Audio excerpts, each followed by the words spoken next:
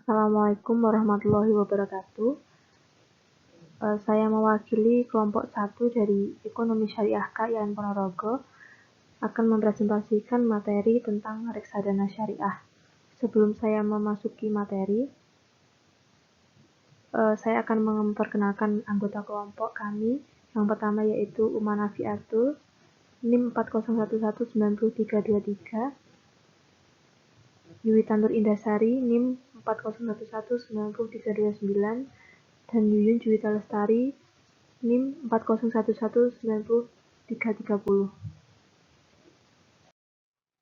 Pengertian reksadana syariah. Reksadana sendiri berasal dari kata reksa yang artinya menjaga, dan dana yang artinya uang yang disediakan untuk biaya atau keperluan. Jadi bisa dikatakan bahwa reksadana itu suatu wadah yang fungsinya menghimpun dana investor agar diinvestasikan dalam portofolio efek oleh manajer investasi yang memperoleh izin dari OJK.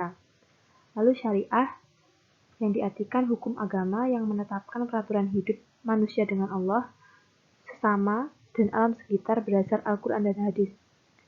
Jadi, pengertian dari reksadana syariah sendiri adalah reksadana yang beroperasi menurut ketentuan dan prinsip-prinsip syariah Islam, baik dalam akad antara pemodal dengan manajer investasi maupun antara manajer investasi dengan pengguna investasi. Manfaat reksadana syariah yang pertama yaitu likuiditas, di mana investor yang membeli reksadana open-end atau terbuka dapat menjual kembali kepada penerbitnya setiap saat, dan penerbit secara hukum wajib membelinya sesuai dengan harga pasar yang berlaku saat itu. Lalu manfaat yang kedua yaitu diversifikasi, di mana investasi dalam reksadana di-backup dengan sekelompok instrumen di pasar modal atau pasar uang. Lalu manajemen profesional, di mana pengelola reksadana pada umumnya terdiri atas orang-orang yang memiliki pengalaman dan keahlian di bidang pasar modal. Lalu biaya yang rendah. Jadi dalam reksadana, biaya transaksi akan menjadi lebih rendah dibandingkan apabila pemodal individu melakukan transaksi sendiri di bursa efek. Rendahnya biaya tersebut karena perusahaan reksadana biasanya mengelola dana dalam jumlah yang besar. Lalu pelayanan bagi pemegang saham. Reksadana biasanya menawarkan daya tarik kepada pemegang sahamnya, misal dengan menjanjikan untuk melakukan investasi, reinvestasi terhadap dividen dan capital gain secara otomatis yang sebenarnya diterima oleh nasabah. Lalu yang terakhir yaitu transparansi informasi, di mana reksadana itu wajib memberikan informasi atas perkembangan portofolio investasi dan pembiayaannya secara berkesinambungan, sehingga pemegang UNKT penyertaan dapat memantau perkembangan keuntungan, biaya, dan tingkat risiko investasi setiap saat. Risiko investasi reksadana yang pertama yaitu risiko berkurangnya nilai unit penyertaan, di mana risiko ini dipengaruhi oleh turunnya harga dari efek yang masuk dalam portofolio reksadana tersebut. Lalu yang kedua, risiko likuiditas. Risiko ini menyangkut kesulitan yang dihadapi manajer investasi jika sebagian besar pemenang unit dilakukan penjualan kembali atas unit-unit yang dipegangnya. Lalu yang ketiga, risiko politik dan ekonomi. Perubahan kebijakan ekonomi politik dapat memengaruhi kinerja bursa dan perusahaan sekaligus. Lalu risiko pasar. Hal ini terjadi karena nilai sekuritas di pasar efek memang berfluktuasi sesuai dengan kondisi ekonomi secara umum. Lalu risiko inflasi. Terjadinya inflasi akan menyebabkan menurunnya total real return investasi. Lalu risiko nilai tukar. Risiko ini dapat terjadi jika terdapat sekuritas luar negeri dalam portofolio yang dimiliki. Dan yang terakhir yaitu risiko spesifik. Risiko ini adalah risiko dari setiap sekuritas yang dimiliki.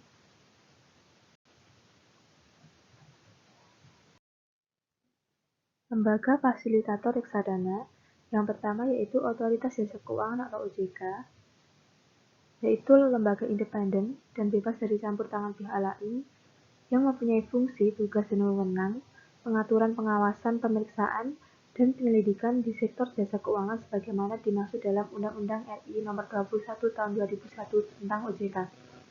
Lalu yang kedua yaitu pengelola investasi. atau manajer investasi. Yang ketiga yaitu bank kustodian, di mana berwenang dan bertanggung jawab dalam menyimpan, menjaga, dan mengadministrasikan kekayaan, baik dalam pencatatan serta pembayaran atau penjualan kembali suatu reksadana berdasar kontrak yang telah dibuat dengan manajer investasi. Lalu yang keempat adalah notaris, yang kelima adalah konsultan hukum, yang keenam adalah akuntan publik, dan yang terakhir adalah agen penjual. Karakteristik reksadana syariah. Yang pertama dilihat dari prinsip dasar reksadana syariah sendiri, yaitu yang pertama, uang tidak boleh menghasilkan uang.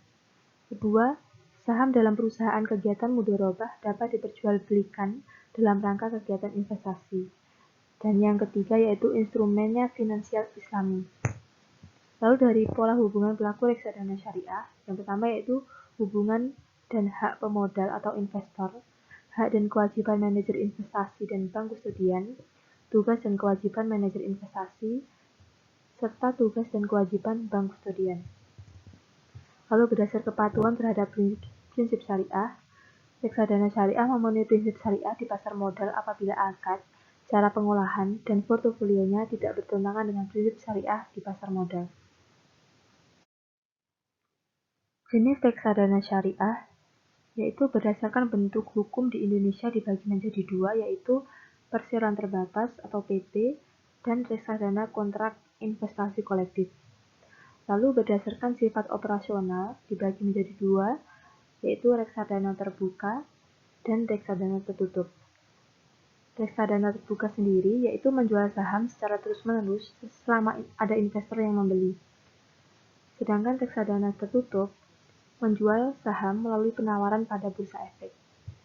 Lalu berdasarkan jenis kategori, dibagi menjadi 4. Yang pertama yaitu reksadana pasar uang atau money market funds, yaitu melakukan investasi 100% dalam efek utang yang berjangka pendek atau kurang dari 1 tahun.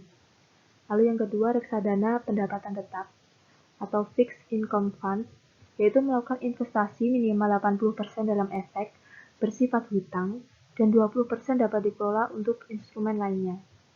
Lalu reksadana saham atau equity funds, di mana reksadana melakukan investasi minimal 80% dalam efek bersifat saham, dan 20% yang dikelola untuk instrumen lainnya. Lalu yang terakhir yaitu reksadana campuran atau balance funds, yaitu dapat melakukan investasi baik pada efek utang maupun efek modal dan porsi alokasi yang lebih fleksibel. Mekanisme operasional legalitas hukum reksadana yang pertama yaitu antara pemodal dengan manajer investasi dilakukan dengan sistem wakalah, sedangkan antara manajer investasi dan pengguna investasi dilakukan dengan sistem mudharabah. Penentuan bagi hasil dalam investasi reksadana syariah.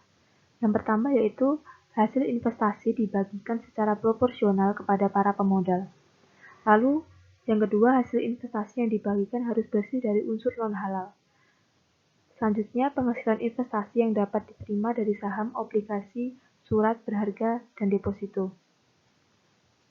Yang keempat, hasil investasi harus dipisahkan dari unsur non-halal. Lalu yang terakhir yaitu hasil investasi setiap 3 bulan harus dilaporkan kepada manajer investasi. Pengembangan reksadana syariah, di mana dalam pengembangan reksadana syariah terdapat beberapa kendala yang harus dihadapi.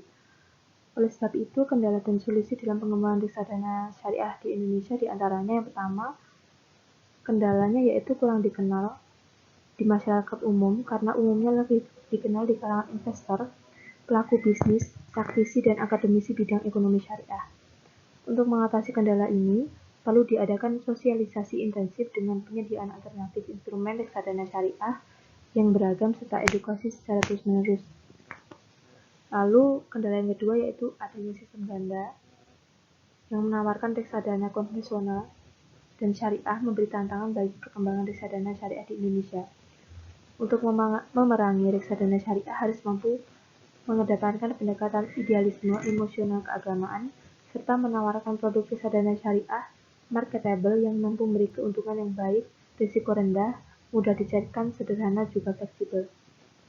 Lalu kendala yang ketiga yaitu membutuhkan dukungan banyak pihak, baik dari pemerintah sebagai regulator, praktisi, investor, ulama, dan akademisi. Oleh karena itu, diharap terdapat sinergi kuat antara regulator OJK, praktisi, investor, ulama, dan akademisi untuk mendorong terbentuknya sistem pasar modal syariah yang dapat diterima. Sekian, terima kasih dari saya. Apabila ada kurang lebihnya mohon maaf. Wassalamualaikum warahmatullahi wabarakatuh.